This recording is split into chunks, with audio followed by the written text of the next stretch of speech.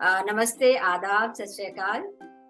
Dear लालामाइट्स, मैं इरम और मेरे साथ मनोज 98 बैच से आपका स्वागत करते हैं ई ब्लास्ट की टॉकिंग ट्यूसडे सीरीज में। आज का उसका टॉकिंग ट्यूसडे सीरीज का सिलसिला जारी रखते हुए आज हम बात करेंगे अपने 91 बैच के सीनियर डॉक्टर मोनिस जलील सर से। बहुत बहुत स्वागत है और वी आर रियली ग्रेटफुल।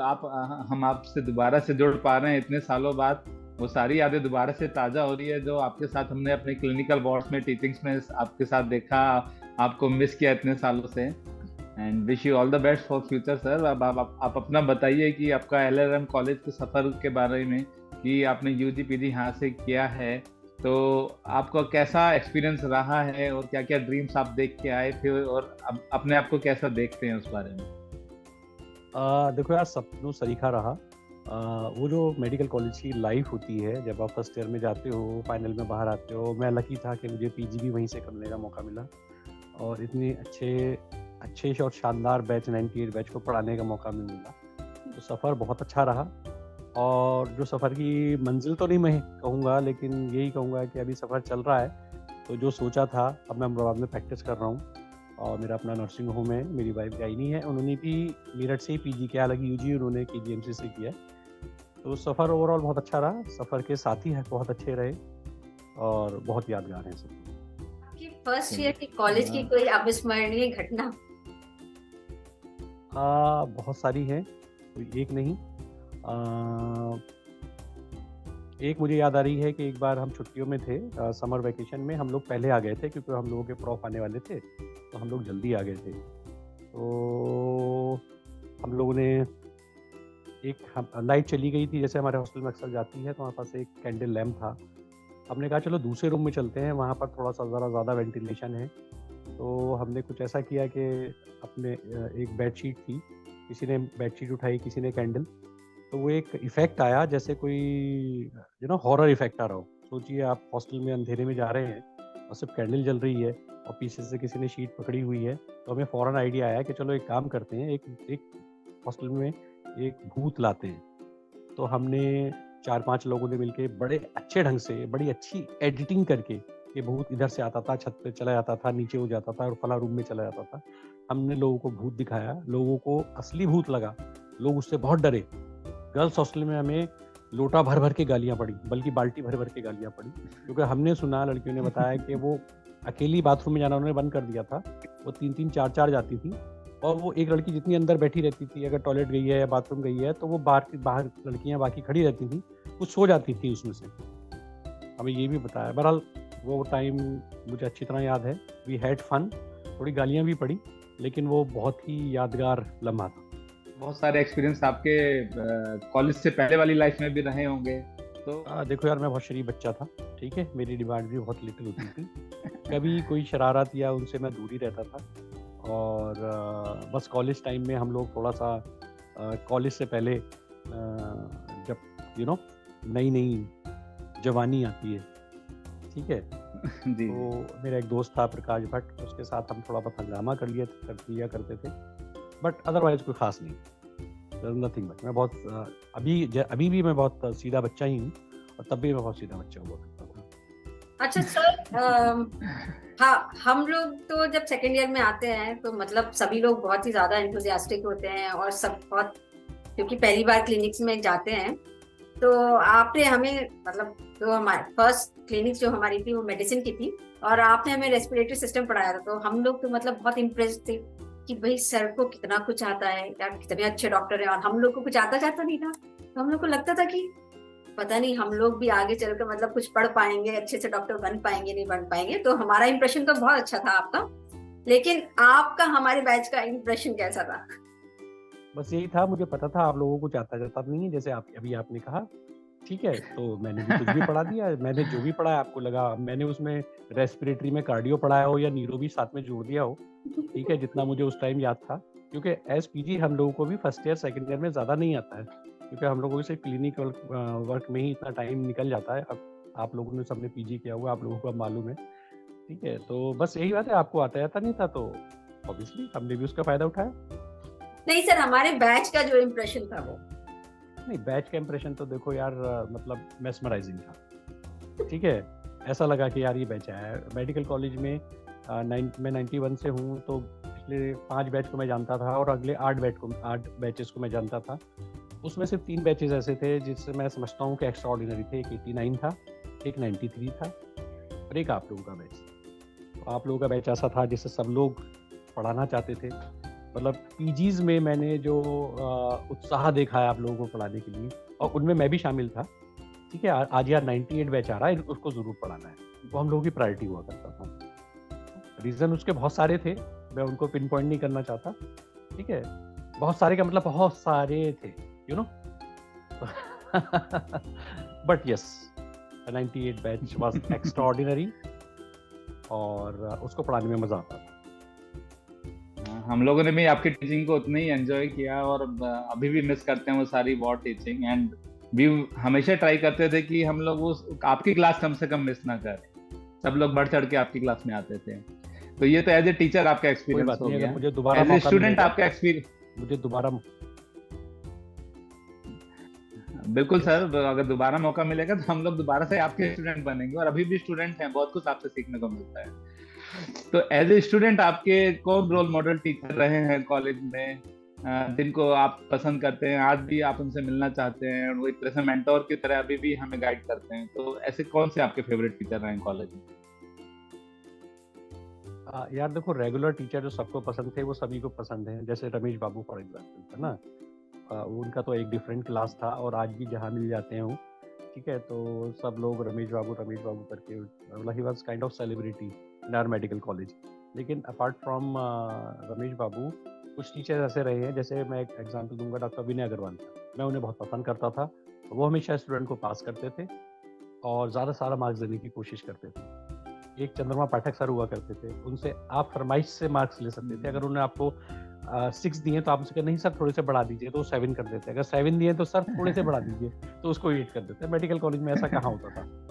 तो सभी टीचर अच्छे थे, लेकिन ऑब्वियसली मैं डॉक्टर विनय से बहुत इम्प्रेस था।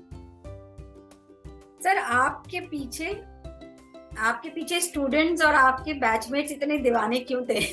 इसका आंसर इसका बैच तो नहीं सर, वो तो देंगे ही, पर आपको भी मेरी एक्चुअली क्या था ना, मैंने देखिए हम लोगों के जो पीजीज हुआ करते थे ना, वो हैरिसन पढ़ के आते थे और हैरिसन ही बोलने की कोशिश करते, वो एक्चुअली याद कर रहे होते थे आप लोगों को पढ़ाने के लिए। लेकिन मेरा फंडा दूसरा था और मैंने जो अपनी स्टडीज हमेशा की हैं बिल्कुल फंडामेंटल की हैं। तो बहुत ही बेसिक बुक से मेरे पास एक अलगप्पन हुआ करती थी, हमारे सीनियर ने रिकमेंड की थी। मैं अलगप्पन से ही पढ़ता था, बहुत ही सिंपल बुक थी और से ही पढ़ाता था। तो शायद सिंपल लैंग्वेज थी, इसलिए ज़्यादा स्टूडेंट को समझ में आती थी, है ना, तो ज़्यादा अच्छी तरह समझ लेते थे। मैं रिसेप्टर्स की बात नहीं करता था, मैं मरमर की बात करता था कि देखो क्या दिख रहा है, क्या सुनाई दे रहा है। इरम का सर, ये सेम क्वेश्चन दूसरे वे में कि आपको अभी तक जो कॉम्प्लीमेंट जूनियर की तरफ से मिले हैं, तो वो 2-4 कॉम्प्लीमेंट्स आप बता दीजिए, तो उससे आंसर देने में आसानी रहेगी कि बच्चे आपको क्यों इतना पसंद करते थे। यार मुझे पता नहीं कि मुझे कॉम्प्लीमेंट भी देते थे, बस इतना जरूर था कि मेरे क्लिनिक में आते बहुत सारे थे, तो that was the biggest complement. और प्यार से सुनते थे, ध्यान से सुनते थे। आई थिंक इससे बड़ा कॉम्प्लीमेंट क्या होगा। अब बाकी पीछे आके हॉस्टल में क्या कहते थे, ये तो इरम और आप लोग ही बता सकते हैं। But yes, that was fun. नहीं बॉस, हम लोग सच में बहुत मिस करते थे आपकी टीचिंग। अच्छा सर, कॉलेज में कल्चरल फेस्ट या फिर ब्लास्ट से कैसे जुड़े आप? एक्चुअली क्या था कि जब हम लोगों का टाइम था तो हम लोग 3rd-4th ईयर में आए थे, मुझे एग्जैक्टली याद नहीं। तब उस वक्त SMCP और ये सारे स्टिमुलस वगैरह बंद थे पिछले 5-6 सालों से। और मैंने बताया ना कि मेडिकल कॉलेज में बैच आते हैं, हम कौन स्टार्ट करें। तो मैं था, मेरा बैचमेट शरद मोहन था। हम लोगों ने इसे रिवाइव करने की कोशिश की और हम कामयाब हुए। हम सर लोगों से मिले, सक्सेना सर से मिले, और सक्सेना सर तो आपको मालूम ही है हमेशा से इन चीज़ों के लिए बहुत आगे रहते हैं। तो हम लोगों ने जब स्टार्ट किया तो SMCT भी स्टार्ट हुआ, स्टिमुलस भी स्टार्ट हुआ। फिर मैगजीन के लिए मैं और एक मेरी बैचमेट नीतू मोहन थी, हम लोगों ने उसका नाम क्रिकेट से रिलेटेड सिली पॉइंट रखा and that was a huge success. मतलब वो ऐसा था कि बस जिस टाइम वो मैगजीन आ रही होती थी तो लोग सारा मैच देखना छोड़कर सब बाहर खड़े हो जाते थे कि हमें मिल जाए। तो दैट वाज फन। लेकिन बाद में उसका नाम दोबारा से ब्लास्ट कर दिया गया, दैट इज ओके। बट हमारे टाइम में उसका नाम सिली पॉइंट था। बट आपके बैच ने उसे रिवाइव किया, हमारे बैच ने उसे रिवाइव और ब्लास्ट को भी। तभी हम लोग तक पहुंच पाए वो। वो लेगेसी हम लोग कोशिश कर रहे हैं कि उसको मेंटेन कर पाए। और वो जो सिली थिंग्स, जो सिली पॉइंट आपने नाम रखा था, वो सिली थिंग हम ई ब्लास्ट में अभी भी लेके चल रहे हैं साथ में, और उसी सीरीज में ये इंटरव्यू चल रहा है। अच्छा बॉस, एक चीज बताइए कि कॉलेज में जैसे बहुत सारी चीजें अच्छी होती हैं, कुछ चीजें कम आती हैं, हम सब जैसा बदलना चाहेंगे, कोई कौन सी एक चीज? जी जी जी। मैं मैथ्स की पैथेटिक हालत बदलना चाहूंगा, है ना, चाहे वो यूजी हो पीजी हो, हम लोग की मैथ्स बिल्कुल मैथ्स की तरह ही होती है। हर तरफ आप लोगों को हाल पता है। गर्ल्स हॉस्टल का तो मुझे नहीं मालूम है, इरम बता सकती है, ठीक है। हम लोग बड़ी तमन्ना थी अंदर जाके गर्ल्स हॉस्टल की मैच देखने की, ठीक है। तो खाना तो हमने खा लिया, लेकिन कभी मैच तक जाने का मौका नहीं मिला। बट हमारे टाइम में पैथेटिक थी, और मैं जब लास्ट टाइम हॉस्टल में गया था तब भी बहुत ही पैथेटिक हालत में हम लोग खाना खाते हैं, तो मैं उसको जरूर चेंज करना चाहूँगा। सर, एक ऐसा टैलेंट आपके बारे में जो कम लोग जानते हैं? नहीं, टैलेंटेड तो मैं, मेरे अंदर कूट कूट के भरा हुआ है, और मैं उसको अक्सर दबा दबा के अंदर करता हूँ। बट मुझे लगता है कि मैं पार्टीज बहुत अच्छी ऑर्गेनाइज करता हूँ। मेरे आइडियाज़ और मेरी कुछ नया करने की कोशिश करता हूँ, ज़्यादातर वो कामयाब होते हैं। अपने यहाँ भी और मेडिकल कॉलेज में भी हमने मतलब हम लोगों ने एक मेडिकल कॉलेज में ही एक जो हमारा सीनियर बैच था, आउटगोइंग बैच 89, तो हमने उनके लिए हॉस्टल में पार्टी ऑर्गेनाइज की थी, जो कि कभी नहीं हुई, या शायद उसके बाद भी पता नहीं अब होती है नहीं होती है। तो हम लोग पार्टी ऑर्गेनाइज करने में काफ़ी आगे रहते थे, और मुझे काफ़ी अच्छा लगता था personally, and I think I do it very well. Iram, I think boss को फिर हमारी एग्जीक्यूटिव कमेटी में होना चाहिए, क्योंकि सर बहुत अच्छे ऑर्गेनाइजर हैं, और हमारे भी ओएसए के चार चांद लगा देंगे अगर सर को अपनी टीम में ले लेते हैं। नहीं, मैं आइडियाज देता रहता हूँ। इरम को मैंने कई आइडियाज देने की कोशिश की है ना। बहुत जरूरी है हमें आप सबके आइडियाज की। नहीं, सही बोल रहे हैं। किसी पार्टी में मैं इंटरफेयर करना चाहूंगा, मैं थोड़ी सी एक इंटरप्ट कर रहा हूँ कि पार्टी में बहुत सारी अच्छी चीज़ें होती हैं, है ना, और वो सबको याद रहती हैं, लेकिन हर पार्टी में कुछ ऐसी नेगेटिव चीज़ें भी होती हैं। आप सब मानोगे कि अगर हम उसको थोड़ा सा कुछ पहले से ही सही कर पाए, तो वो पार्टी या कोई भी इवेंट और ज़्यादा यादगार हो जाता है। जैसे सर जैसे विल डिस्कस कोशिश तो करें कि इसका नेगेटिव ज्यादा ना है, बल्कि जीरो रहे, और 100% हमारा प्रोग्राम सक्सेस रहे, and we will try our best under all the best. आपकी कॉलेज में एंटर करने के बाद पहली इच्छा? हाँ, किसी तरह से फर्स्ट टर्मिनल पास हो जाऊं। एक्चुअली क्या है, जब मुझे अच्छी तरह याद है, जब हम लोग फर्स्ट टर्मिनल में ही थे, तो हमारे सीनियर बैच का प्रॉफ हुआ था, और उन्होंने प्रॉफ पास कर लिया, है ना, क्योंकि ज़्यादातर लोग पास हो जाते हैं। तो कुछ दिन के लिए तो वो हमें ऐसे लगे कि जैसे वो इस धरती के लोग ही नहीं है, हमारे सीनियर लोग। बताइए, उन्होंने प्रॉफ पास कर लिया। मतलब वो बोन्स जो हमें समझ में नहीं आ रही कि सीधे किधर से पढ़ना है, पकड़ना है, और मतलब क्लेविकल समझ में नहीं आ रही अभी हमारे, ठीक है, स्कैपुला समझ में नहीं आ रही है, उन लोगों ने पास कर लिया। मुझे तो वो देवी देवताओं की तरह लगते थे कि मतलब ये तो सुपर ह्यूमन है, जो इन लोगों ने फर्स्ट रॉ पास कर लिया। तो पहली इच्छा ये थी कि भाई किसी तरह से टर्मिनल पास हो जाए। और भी दबी हुई इच्छाएं थी, लेकिन मैं उन्हें यहाँ मेंशन नहीं करना चाहूँगा। नहीं बॉस, ये हर एमबीबीएस फर्स्ट ईयर का यही एक ड्रीम होता है कि जल्दी से पास हो जाएं। फर्स्ट प्रॉफ बड़ा ही खतरनाक होता है, एक तो रैगिंग का डर, ऊपर से इतने बड़े बड़े वो लेक्चर्स और सब चीजें, डीएच एंड सब चीजें देख के हर कोई वाकई में थोड़ा सा स्ट्रेस में आ जाता है। अच्छा बॉस, एक चीज अब थोड़ा सा स्ट्रेस से हट के चलते हैं अपना एक लव लाइफ में। तो आपकी लाइफ का पहला प्यार कौन है, और आज तक कितने बार प्यार हुआ है, और अभी आखिरी प्यार कौन है, तो उस बारे में थोड़ा देखो। अपना मेरी जीवन का एक फलसफा है, जिसने मुझको प्यार से देखा उसका हो गया। और प्यार के बहुत सारे रूप होते हैं, ठीक है। अब आप देखो, मुझे प्यार से देख रहे हो, मुझे आपसे प्यार हो रहा है ना, ये भी एक रूप है, ठीक है। ऐसे ही जब आप सब 98 के सारे बच्चे, तो नहीं कहूँगा, स्टूडेंट्स है ना, मुझे प्यार से देखते थे, कई बार प्यार से कुछ पूछते तो मुझे उनसे प्यार हो जाता था। तो आई डोंट थिंक कि कोई इसमें कोई बड़ी बात है। तो प्यार की लिस्ट भाई बहुत लंबी है, इस टॉपिक को ना ही छेड़ो तो बेटर है। अच्छा sir, which profession would you like to choose if given the second opportunity? अगर देखो भाई, मैं तो नेता बनना चाहूंगा, ठीक है। हल्दी लगे ना पिटकरी और रंग चोखा ही चोखा है, ठीक है। नेता बनता तो भी अपने मेडिकल भाइयों का बड़ा सहयोग करता और उनकी हेल्प करने की कोशिश करता। फिर तो सर आपको जाना चाहिए मेडिकल फ्रेटर्निटी का कुछ फायदा हो।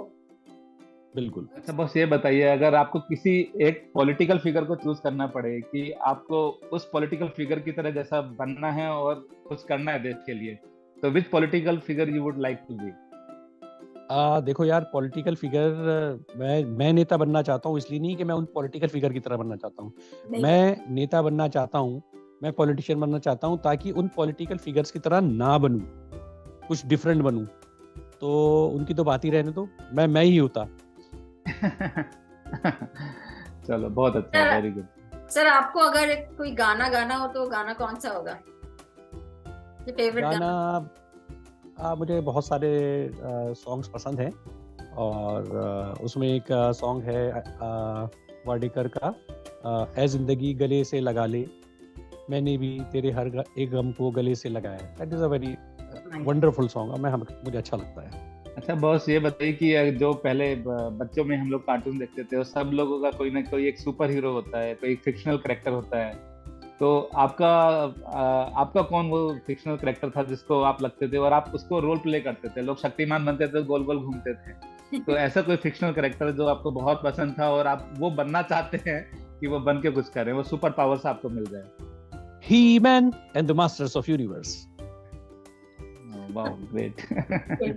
हम लोगों की बचपन बहुत ज्यादा, उस टाइम एनिमेशन बहुत ज्यादा कार्टून्स आते नहीं थे, है ना, तो शायद संडे में आता था He-Man and the Masters of Universe, तो हम लोगों को बहुत अच्छा लगता था।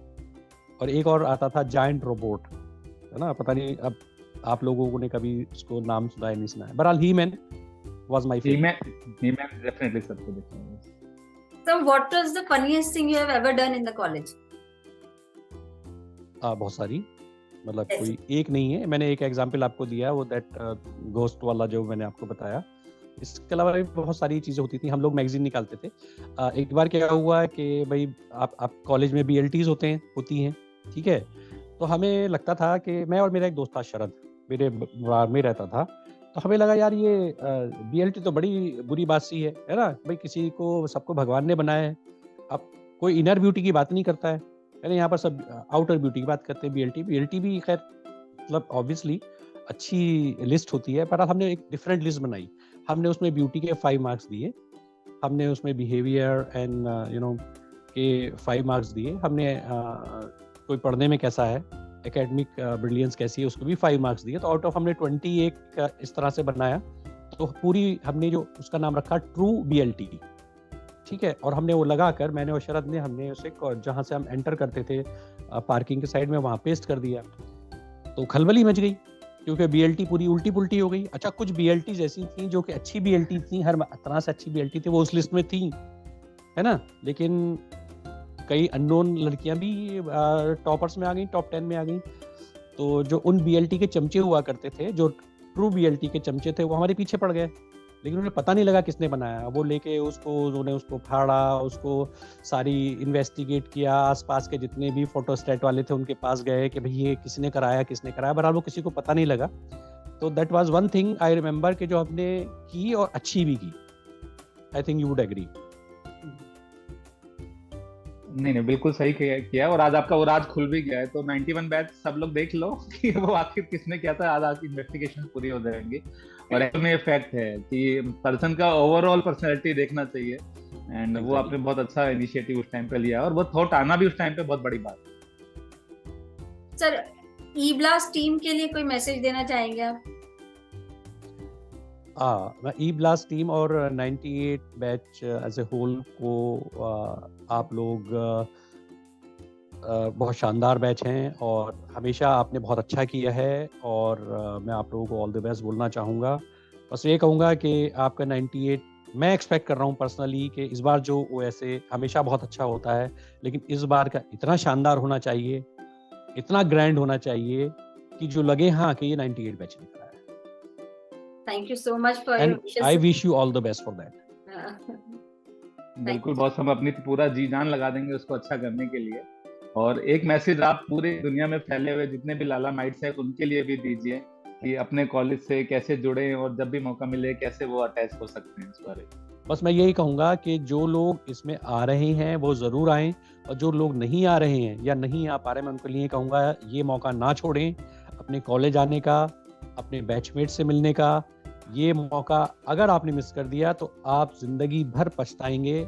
आप हमेशा बिजी रहेंगे, आप हमेशा पैसे कमाते रहेंगे, मगर अपने बैचमेट से मिलने का जो खुशी है, जो इफ़ेक्ट है, वो आप कभी भी दोबारा से अपनी लाइफ में फील नहीं कर पाएंगे। तो आइए और ओएसओ को ज्वाइन कीजिए।